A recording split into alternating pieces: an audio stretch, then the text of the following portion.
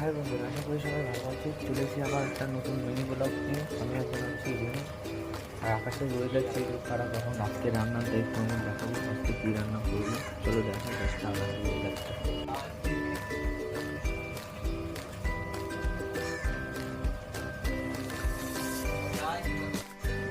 চলো যাওয়া যাক দিদি, এখন তো রান্না করছি।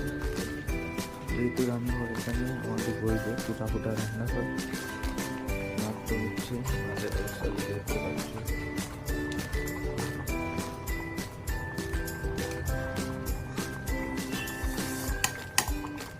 যেহেতু আমি রান্না পাইনি, আজকে রান্নার মেনুতে আছে পটল, আলু, পেঁয়াজ, কিছু নেই, দেখুন। শনিবার নিরামিষ হবে, কী করবো কিছু বুঝতে পারছি না। আমি তো রান্না পাইনি, তোমার কমেন্টে বলো কী রান্না করলে ভালো হয়। রান্নাটা দেখতে হবে কীভাবে করতে হবে।